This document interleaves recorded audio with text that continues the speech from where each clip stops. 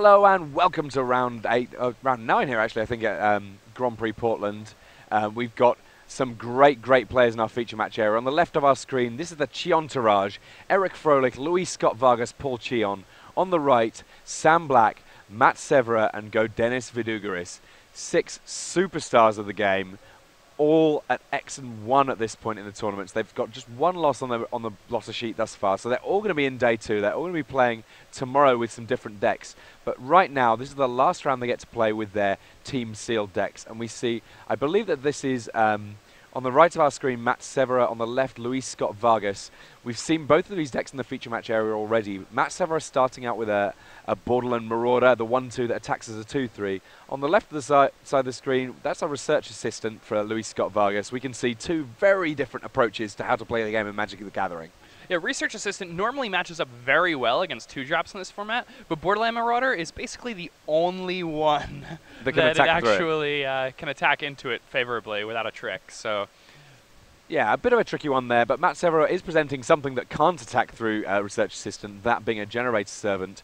It can potentially sacrifice for 2 mana, though, cast a different creature and give it haste, though, so something big could come from Severa next turn. But in the meantime, Scott-Vargas plays an Evolving Wilds and passes. That is 2nd Evolving Wilds, and we know from an earlier round that actually he does have a splash, and the island that he has in play and the swamp that he has in play, there's 1 more colour of mana that's going on there, which we may hopefully see later on in this match. Yes, he is splashing red for Nightfire Giant. Yeah. Oh, yeah. Now, from the looks of it, Matt Severa has an extremely aggressive deck. He is attempting to whittle his opponent's life total down in the early game, and he's going so deep on that plan that he's actually playing Lava Axe in his deck. I kind of respect a Lava Axe. There's some formats where I'm not so sure, but in a format where you go, I can do the first 15 points really easily, the last 5 might be kind of tricky, I'm totally fine with seeing a little bit of that. Quickling there from Scott-Vargas, picking up the Research Assistant and allowing him to successfully block that Borderland Marauder. But Frostlinks from Matt Severa, yeah, not doing a huge amount, given that the Quickling was able to pick up the Research Assistant that was tapped down. Yeah, and this is actually great for Luis, because now he gets to play a Research Assistant into a board of two separate 2/1 creatures. So, I mean, that's just great. He also has the negate to back it up. And, I mean, if Severa's going to try to attack and use a trick, he's just going to end up getting 2 for 1 here. And if he just tries to use a removal spell, then Luis is going to get an opportunity to use all of his mana very efficiently here. Ooh, this is not a card that we've seen a huge amount of this weekend. So, immediately negated by Luis. He knows that basically there's not really anything that Severa was going to do this turn that he wasn't going to negate. I mean, you don't necessarily want to keep that mana up for a long time, and that effectively would have meant that there could have been some useful attacks from Severa. So, 2 Generator Servants that don't match up well against Research Assistant. The 2/2 Frostlinks, you know, it could attack, but it's not really going to do a whole lot. Yeah, it's just so it'll just Luis bump. Just sort of holding the ground with just the 1 creature there against Severa's entire attack. And the 1 point of similarity between the 2 decks is Shivan Reef, but a Festa Gloom there from Luis saying, well, you can just have the Frostlinks. Those Generator Servants are generating nothing. Severa there going, right, fine. Plan A not working. Plan B, straight to the head. My favourite piece of flavor text in the whole of Magic, I think. Lava Axe there, straight to the head. And there are mountains on the other side of the board, and you know what that means? It means we're crashing. Oh, yeah. So that there, the Glacial Crasher, yeah. 5/5 Trampler for 6, hugely efficient on the assumption that there's a mountain on the other side of the board, or on the mountain on the board full stop, such that it's able to actually attack. More Lava Axes. Yeah. Luis, there is a moment where you sort of sit there and say, how has it come to this? What happened to my life that I've been knocked down to 5 when I'm in such total control of this game? Lava Axe after Lava Axe. I mean, Luis, he's played enough games of Magic that I'm pretty sure that if the 3rd Lava Axe comes, he'll just kind of roll his eyes and scoop him up. But, you know, under normal circumstances, this is not the way that you're looking to lose any kind of game of Magic, not as if you're ever looking to lose any of them. But Altak Bloodseeker there from Matt Severa. That a 2/1 naturally, but if he's able to kill off any creatures on Luis's side of the board, it suddenly gets +2 power and first strike, potentially presenting a much greater threat on the other side of things. Yeah, I mean, Luis, if he doesn't have another threat to play, or rather blocker, then he's not going to be able to attack with this Glacial Crasher here in most situations, because if for some reason Matt Severa is able to remove this Research Assistant and kill it, let's say with a Burn Spell or Heat Ray, something like that, then because the Altac Bloodseeker gets +2/+0 in first strike when something dies, it's actually lethal. So it suddenly makes Luis have to play a much more defensive game, which gives Matt Severa more opportunities to draw cards like additional Lava Axes. So, kind of crazily, in spite of this super fast start that Matt Severa has had, this is not the first game to finish. Sam Black already a game up against Eric Froelich, though we have heard that Eric had to take a double mulligan in his game. So he started on 5 cards. That a really big drawback against an opponent like Sam Black. Sam able to lock up the first game fairly quickly, if not easily. When your opponent has Jace's Ingenuity that just gets cast at the beginning of the game for nothing, it's pretty helpful. Yeah, it couldn't hurt, right? So a Coral Barrier here, giving Luis Scott-Vargas a little bit more opportunity to say, right, fine, I've got a little bit of leeway to attack.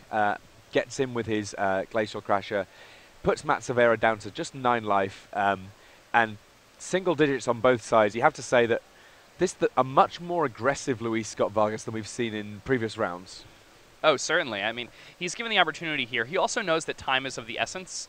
I mean, when you're playing against a deck and they're Lava Axing you, you have to put a clock on them, because if you don't, they might just draw the card that kills you out of nowhere. Yeah, that Shivan Reef likely not to be tapped for red at all this game, if I'm honest. He just can't afford the life. But on 4 life, Matt Severa is kind of in a similar sort of situation. And that there, a big pickup for Severa, though, able to deal quite a bit with Luis's board, thanks to Into the Void. Into the Void, bouncing 2 creatures on Luis Scott-Vargas' side of the board. And we've said this a lot today, but Into the Void, especially strong and aggressive decks. Matt Severa has a great blue-red tempo strategy here. Into the Void is the perfect card for a deck like that. If you're a more controlling deck like Luis Scott-Vargas, then Into the Void is much less impressive. Flesh to Dust there, dealing with Frost Links, gradually whittling down Matt Severa's side of the board. Luis in a bit of a tricky situation in terms of actually attacking here, but he's sort of gradually developed some kind of a board, and there's the 5/5 again. Can he successfully get that final attack through that will end things? And because Glacial Crasher has Trample here, the Altac Bloodseeker won't even be able to block it to prevent Matt Severa from dying to the next attack. I love Luis's ability to shift gears, and we've seen a great example of this. Like, if you go back to earlier in the tournament and watch the other round where we had Luis on camera, he looked like he was playing a completely different deck, at least in terms of the way he was playing it. This time round, he's just going for it, getting the damage in where he needs to. He's seen what he needs to do, and yes, he's picked up a win, but it looks like Gaudenis Vidugiris on the other end of the table there. He won his first game against Paul Cheon, so I think that means that the way things currently stand, Black, Severa, and Vidugiris are, I think they're 2 games up. It looks like on our graphic at the moment we got Luis losing that game. I'm not sure that was the case. No, I'm fairly certain that Luis won that game. But it looks like all the players shuffling up now. We've seen this so much this tournament that basically, at the point that games end, everyone starts looking across to other people's games, which means there's a better than average chance that everyone's going to be looking at matches at the same time. But it looks like Eric Froelich keen to win back after losing game 1 against Sam Black. He's led off with Laresca Swiftclaw. Looks like a wall there from Sam Black. There's our overhead view. There we go. Currently Eric Froelich on mono white, which means that his River Marshal there not quite as good as it sometimes is. Meanwhile, we see Sam Black able to use Heliod's Pilgrim to search out an enchantment, and we know that he's got Stab Wound in his deck, which would be a great answer to that River Marshal before it gets to really do a great deal. Yes, he has Stab Wound. He also has Marked by Honor in his deck. I think those were the 2 targets we saw that were relevant when we watched Sam play earlier today. But a lot of power in Sam Black's deck. He's got Lineana Vess. Oh, yes, it can in turn tutor up such things as Avacyn. And Avacyn, of course, the Guardian Angel is pretty much one of the cards that spells Doom for a lot of decks. Speaking of Doom, he also has a Scuttling Doom Engine in his deck. Hey, look what we did there. It wasn't even planned, ladies and gentlemen. So we've got Eric Froelich there. He's played a Midnight Guard. Now that, in principle, also quite a good target for the stab wound, just because it's a creature that's going to hang around, so the bleeding will not stop. But given that Sam Black doesn't really have any other source of damage to come through, not necessarily the option he's going to go for here. His second Heliod's Pilgrim finding Crippling Blight there. So that, if Eric Froelich doesn't find an island on time, then the River Marshal could get killed off much more efficiently than using a stab wound. And that has to be a slightly preferable play, I would guess, for Sam Black. Definitely. There we go. Don't need to worry about that one anymore. And the lands keep coming for both players here. Stab wound going on the Midnight Guard. It's now a 0-1, so not a particularly effective blocker, and something that's going to bleed all over Eric Froelich every turn. And he's going to feel that 2 points of damage a turn as he's stuck on just planes here. All the same artwork. We see both these players trying to, I mean, by and large, keep track of their artwork so that everything looks similar. If there's ever a point that you get a chance to look at your opponent's hand, there's no sort of worries about, oh, did he play the land he just drew or the one that was in his hand? They all look the same, you just don't know. Yeah, that's something wise to do when you're playing in a tournament like this. It doesn't make that big of a difference, but if you're playing against a particularly strong team, somebody who might recognize things like that, then there's no reason to give away extra information. So now we get to find out what Eric Froelich's Heliod's Pilgrim can find, and that is Spectra Ward. This was your pick for top rare in the set, Jacob Van Loon, and how do you feel about that, having watched what we've seen thus far this weekend? I think that it makes your deck in general much more powerful here. I mean, Heliod's Pilgrim being able to search up a bomb rare like that, it's just so strong. I still feel that Spectra Ward is easily one of the best cards in the format. In Team Limited, I think it might not be as good as it is in normal draft, where you get to build your deck around it, but it's still very strong. The reason it's not as good in Team Limited is because your opponents are all going to have a decent amount of removal spells they might be able to respond with, and when you search it up with Heliod's Pilgrim, people will likely sandbag something in their hands so that they have an actual plan. Drew by Merklurker there, the splash from Sam Black, and quite a powerful splash because he's got plenty of black mana with which to give his creatures lifelink. They're getting stuck in with his Griffin, dealing 2 points of damage and gaining 2 life in the process. But the Merklurker, given that he's got the Swamp in play, it's got 4 toughness. That 4 toughness just enough for Pillar of Light to do its thing. And Pillar of Light, just an all-star today. In so many matches that we've watched, it's just been a key removal spell. It's swung the tides of games in many different directions. And here's the Spectra Ward. Eric Froelich can be pretty confident that it's not going to face too much opposition in terms of ways of Sam Black responding, so he just gets it stuck on that Oreskos Swiftclaw. It's now a 5-3. 5-3 with protection from all colors. Yes. Now, interestingly enough, one might think to themselves, oh, why didn't he put that on the Midnight Guard so the stab wound would fall off? But Spectra Ward has a second line of text that says, this does not make auras fall off.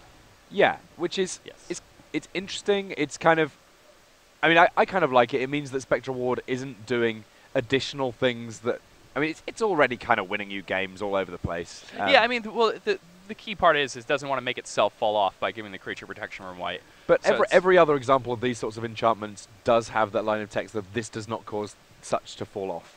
Yes. Now, there may be that there's a kind of a rules reason that it's cleaner templating this way, but one way or another, this is how it works now. And the Spectra Warded Swiftclaw is certainly a big threat on the board, but while there's life gain going on for Sam Black, it's not a fait accompli at this point at all. There's definitely the potential that Sam Black could find a way of winning. And worth bearing in mind that while there's protection from all colors, Scuttling Doom Engine has no colors whatsoever. That's very true. And Sam not only has a Scuttling Doom Engine, but he also has a way to search for it in his deck. Which way? Oh, the Liliana, yes. Yes. Lovely. Like it. Big Scuttles could be his savior. Meanwhile, we've got a Battle of the Griffins in the air, which in turn has produced a new Air Force convoking out 3 spirits using triplicate spirits. So there we go. They're in play. All sorts of creatures on the board for Eric Froelich here. He is taking 2 damage a turn from that stab wound. Nothing doing there in terms of what's going on. It's just a matter of really whether or not everything matches up neatly enough that his Spectra Ward has time to finish this game. at some point Sam Black might just have to commit a lot of things to board, give them all lifelink, just so that he can keep his life total above the high water level. Yeah, and unfortunately, that Merc Lurker getting Pillar of Lighted is just really affecting this game. But Covenant of Blood swings the tide of battle here a bit. Covenant of Blood has led to some of the most dramatic moments in a number of games. Really changes races greatly. Yeah, it's a card that I, initially wasn't a huge fan of in this limited format, but I've really grown on the card, and I feel that it's especially strong in black-white decks that can particularly abuse the Convoke mechanic. Green-black decks with Satyr Wayfinders, I think you need at least multiple copies to make the card very strong, or blue-black decks with a number of Coral Barriers. I think those are really the key ingredients to making Covenant of Blood quite strong. I mean, I feel like it is always removal. I don't want to pay 7 for it, but if I have to pay 7 for it, I totally will. The fact it goes to the dome, it can kill off most creatures in the format. There's various green creatures and rares that give it trouble, but it can deal with most things. It's got a lot of things going for it, and a very important inclusion in most decks where you open it, I think. Yeah, Covenant of Blood and Stoke the Flames are two of the reasons why Glacial Crasher is just so strong. So Eric Froelich here on 2 Live having a good old think about what to do, because Sam Black on 14 is he unassailably just unkillable right now? It's hard to say. It's going to be pretty tough. If Ifro can't find a way to get the stab wound off his Midnight card, he's just dead.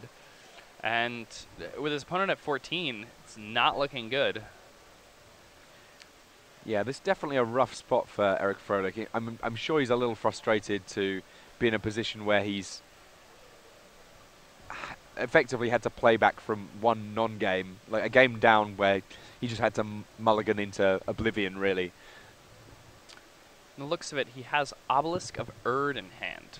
Now that's an interesting one. He's got lots of different creature types on the board, but I'm pretty sure he can find one that's going to help him a fair bit here, because +2/+2 is a big pump from a single card. But he can't get rid of that stab wound, and he can't deal lethal damage to Sam, so that's going to be it. And Eric Froelich is defeated in his match. Now the cool thing about Team Limited, just because he lost does not mean that you're necessarily going to be losing this round. Because when you've got the likes of Hall of Famer Luis Scott-Vargas, Paul Cheon, at one point the best player on the Pro Tour, certainly the best player in the US at one point. Definitely. 2007, easily the best US player. Absolutely plenty of play left in this match. Luis Scott-Vargas currently a game up, but I think that we're now getting a chance to see Paul Cheon on the left of our screen. He's a game down against Gaudenis Vidugiris. Krenko's Enforcer there in play. There's a mine token that's come from Goblin Mine Layer and a Scrapyard Mongrel who is very much enjoying the fact that those mines are artifacts, but up against quite the force from the Convoke deck there. We can see Sunblade Elf, a very important inclusion. Ancient Silverback there just coming down for Paul Cheon. But yeah, a big force on the green-white side of the table for Gaudenis Vidugiris. And even though the life totals are fairly even, this looks a pretty tough spot for Cheon to be in to me. He's facing down a lot of creatures. Yeah, and Gaudenis not being able to find a 5th land is pretty important here for Cheon. That Sunblade Elf activation could really change the math of an attack. And with the life totals this close, you can kind of get into a staring match, because if either player ends up attacking, the other player might just be able to attack back for lethal. So there are a lot of things going on here. I feel like Gaudenis, I'm not sure if his deck would get the Sanctified Charge. I feel like that would probably have been in Sam's deck. Yeah, I would imagine so, but it's a tough one to call. I don't think you could necessarily say for certain it wouldn't be in here, because imagine how good it would be on this next turn. Exactly. And especially, you know what, maybe not. I feel like the Triplicate Spirits and the Charge could very easily be in Gaudenis' deck, especially if we see the Paragon of New Dawn. Yeah. That's in his graveyard. Yeah, I mean, Paragon of the New Dawn at its best with those token generators, so it seems likely that's going to be where they are. Hunt the Weak there, killing off Krenko's Enforcer, so that a convenient way of stopping the one threat that was going to be able to attack through entirely unimpeded for Paul Cheon. So Cheon draws for his turn, sees a Borderland Marauder. That's not necessarily what you want when you see a board that full on the other side of the table. That plus a land there, so really he's mainly working with what he's got on board at present. And it's very difficult to put together a strong attack here, but it's also very precarious to leave back your creatures with the plan to block, because if Gaudenis does, in fact, draw a 5th land, then suddenly blocking becomes extremely difficult. So yeah, I mean, I think that holding back is probably the right plan there. I mean, realistically, Gaudenis could have formed a couple of blocks that left the Alpha Strike even more scary. So this way round, Paul Cheon setting up a situation where he can, at least in principle, survive a little longer. Just an Oresco Swiftclaw there for Gaudenis that last turn. Didn't have the 5th land. Building up a massive attack force for some sort of a swing at some point, and when it happens, there's a very real chance that by the time it happens, they'll all be getting at least +1/+1, if not +2/+1 from a Sanctified Charge. So Paul Cheon's draw step was very interesting here. He drew a Curd Chieftain. Now, by playing this Curd Chieftain, he is really going to force Gaudenis to make a very big attack on the following turn, because if he's able to untap his lands with the Curd Chieftain, then it's quite possible that he might just be able to win on the following turn, and I don't think Gaudenis can take the risk of passing again into a Chieftain that can give the Ancient Silverback trample, because it suddenly forces him to make a block with a lot of different creatures. But I guess it also depends greatly on what Gaudenis might draw here. So there's a raise the alarm there just to mean that there's even more creatures on the board for Gaudenis. Now, conveniently, Paul Cheon was able to leave up both red mana for his mine and green mana to regenerate his Ancient Silverback just in case.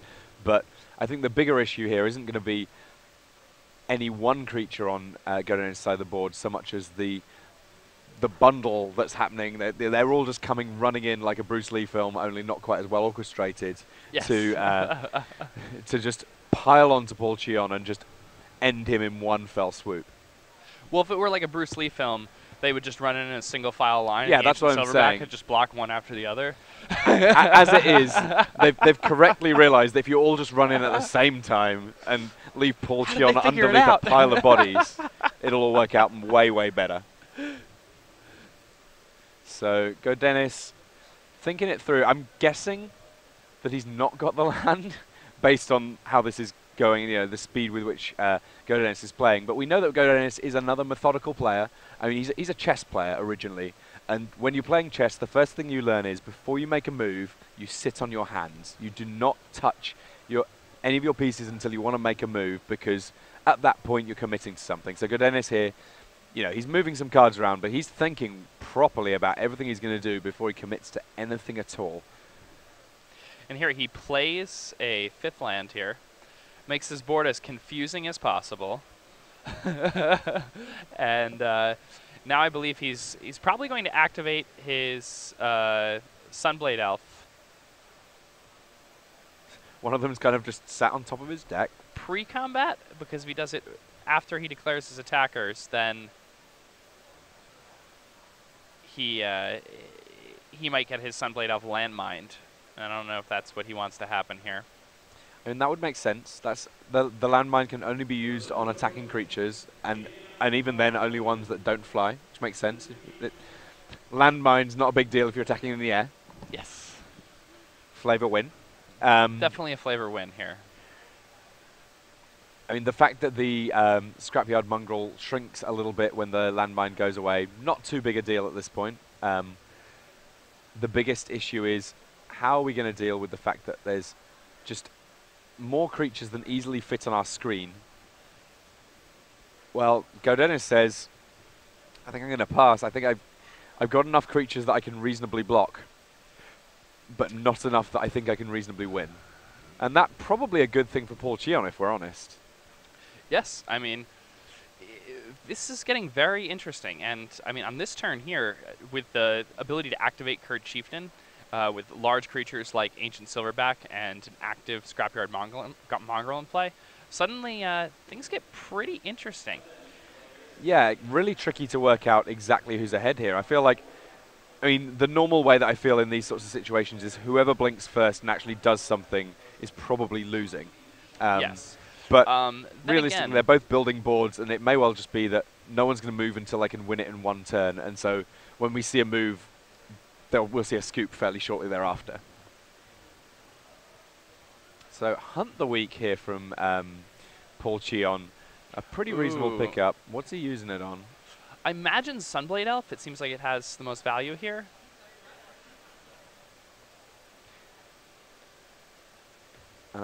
Ancient Silverback, a safe one to put a counter on, because he knows that even with some incredible trick that just isn't there from Gaudenis, the Silverback never in a million years dying. He's got regen mana all over the shop. It also is a +1/+1 counter on that Ancient Silverback, and if he's going to give it Trample, then that means just more damage coming through potentially, or an extra blocker required at least. Now, Cheon, thinking about an attack here, I like this attack with Ancient Silverback quite a bit. He can... It's not too hard to force regeneration here, but... I mean, without the mana up to give it Trample, it was a fairly straightforward chump block for Gaudenis, but getting creatures off the board is still important. Yeah, now that the Sunblade Elf not around, Gaudenis really needs to draw something pretty special. Yeah, and he just lost a creature to that attack also, so suddenly things looking very good for Paul Cheon. That Hunt the Week was super important. Sunblade Elf just affected the board so much there. I mean, I think that's something that we've seen. I mean, Kurd Chieftain, the same thing. All of our quote-unquote Kurd apes in the format, the ones that are getting bonuses for an additional land type being in play, they've all been really, really big this weekend thus far. And a big draw to playing allied color decks rather than enemy colored decks. So Gaudenis, we see him thinking through again. This is something that, if you're as used to watching Gaudenis as I am, you know that you're going to have to fill a lot of time talking about what he's doing, because he's always going to make sure that he's figured out what he wants to do before he starts doing things. Everything kind of slides around. Yeah, a big part about Gaudenis' game is, you know, just making all of the information as hard as possible to read for the opponent. He does not want to make the board state obvious. He wants to give his opponent as many opportunities as possible to mess up, and you know, he's constantly switching whether or not his creatures are in front of his lands or his lands are in front of his creatures. He's putting things on top of one another. When his opponents ask how many cards are in a certain place, like if they say how many cards are in your hand, he'll just show them the cards in his hand as opposed to telling them the number. These are all little edges that Gaudenis picks up while he's playing games of Magic. So here we see Paul Cheon. He can see a big attack. Now, it's been suggested in the chat that this might be what we referred to earlier on as a desperation attack. Those being the attacks where you just don't think you can win, so you're just going to go for it with everything. I'm not entirely sure that's the case in this case, because I mean, he could easily have held back. He's not dead right now, and normally that's the point where you start to see desperation attacks. I mean, it may well be this is a sneaky attack where he's bluffing a trick and he just wants to make the board a little bit clearer. But I would suggest that there's probably going to be something coming from Gaudenis given this attack, because it's not... I mean, it's presenting lethal, but not in a way that's particularly worrisome. And this way around, he's going to be able to clear quite a lot off Paul Cheon's board, assuming any trick at all.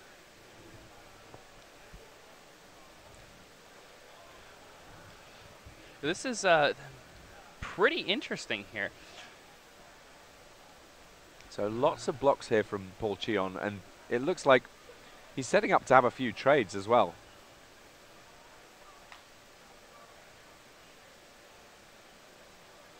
Counting to make sure that he is not simply dead to a Sanctified Charge here. And he's not. And he also has the landmine, which he hasn't currently used. There's at least one of those cards in Gaudenis' hand as a land. It may be that... Yeah, there's a Sanctified Charge, though. Responded to with a landmine to kill off Oreska Swiftclaw. And... yeah. Not exactly a desperation attack. More just a pretty good attack. But well, as it is, Paul Cheon able to find the right way of blocking. Yes. Able to square up that game. Yes, it may have been a bit of a difficult decision, that block, but when you have multiple U.S. national champions, a Pro Tour winner, and as many Pro Tour top 8s as are on this left side of the table, then they're likely to find the correct block in that spot. We can see that Eric Froelich up front, he's just packing his bags. He knows that he's not playing any more Magic today, but he will be playing tomorrow. I'm guessing he's going to lean across and offer Luis Scott-Vargas his own opinion on how this match is going. But realistically, Luis, a very, very powerful player, doesn't necessarily need a huge amount of help. And as much as I think it wouldn't surprise me at all if from Eric we saw a few sort of wry comments from the peanut gallery rather than actually too much in the way of careful extra things to consider in terms of how to play the game. So Matt Severa here, down on life a little bit. The Merc Lurker on Luis Scott-Vargas' side of the board has caused him to gain a little bit of life, which is a nice spot to be in here. Especially when you're playing against Lava Axe deck.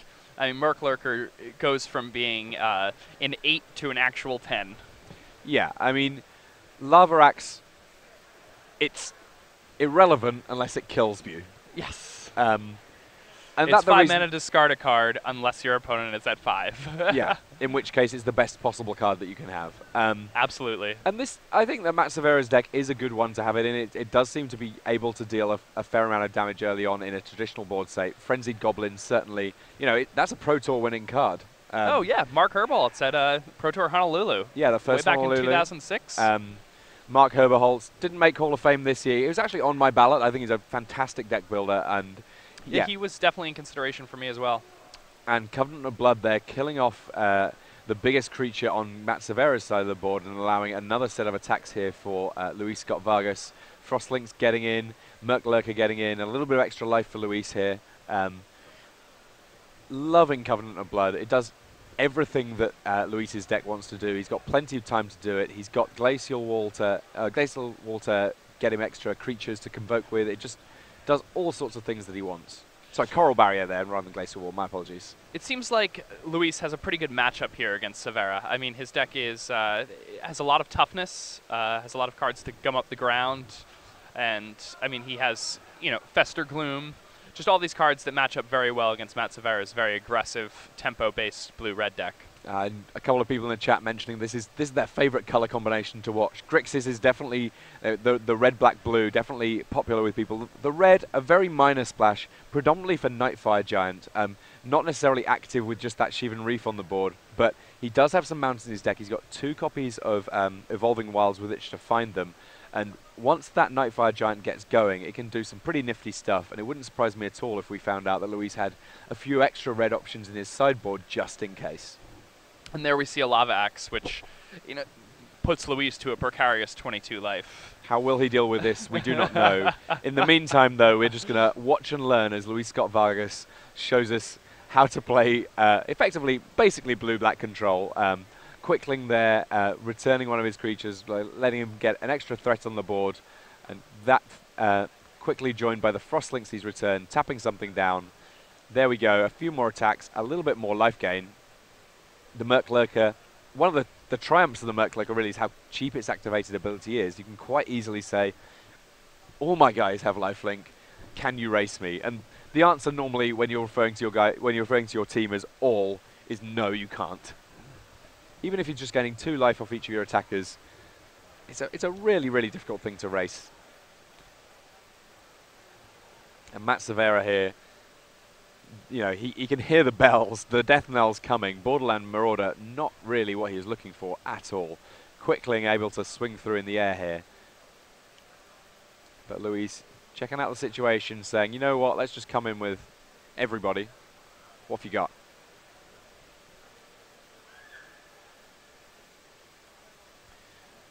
Rummaging Goblin has a dig, and no, that's a very quick scoop there from Matt Severa, and the handshake. So that the end of Matt Severa's day, the end of Luis Scott-Vargas' day. They now both have to watch on as Paul Cheon is 1-1 against Gaudenis Vidugiris, and this last game will determine which of these teams finishes 7-1, so pretty much at the top of the field, and 7-2, which is kind of really fighting for every win if you want to make top 4.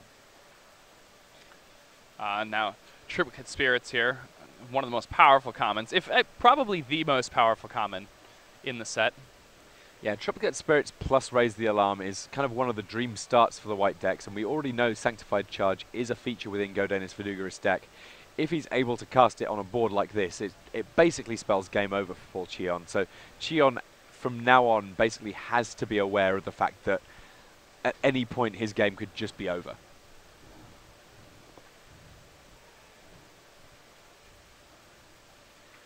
So a little bit of confidence there. Super interesting here. And that Scrapyard Mongrel, not really what Paul Cheon needs. He's got the big creatures, but Gaudenis Vidugiris able to swarm round and indeed over that dog, coming across with the spirits. And there's the Sanctified Charge. I mean, Cheon, there was nothing he could do about it. He knew that he had to block because otherwise he was in even more trouble. But now on single-digit life totals and facing down 3 triplicate spirits in the air, this has to be pretty much all over for the Cheontourage, at least for this match. Yeah, I mean, down to 1 now. Getting in for 12 damage there with the triplicate spirits on the other end of the table. It just doesn't seem like there's anything that Paul could do to save himself. So Paul Cheon having a little think, but, you know, those hand gestures, they tend to come before a handshake, and there we have it. Gaudenis Vidugiris wins his match 2 games to 1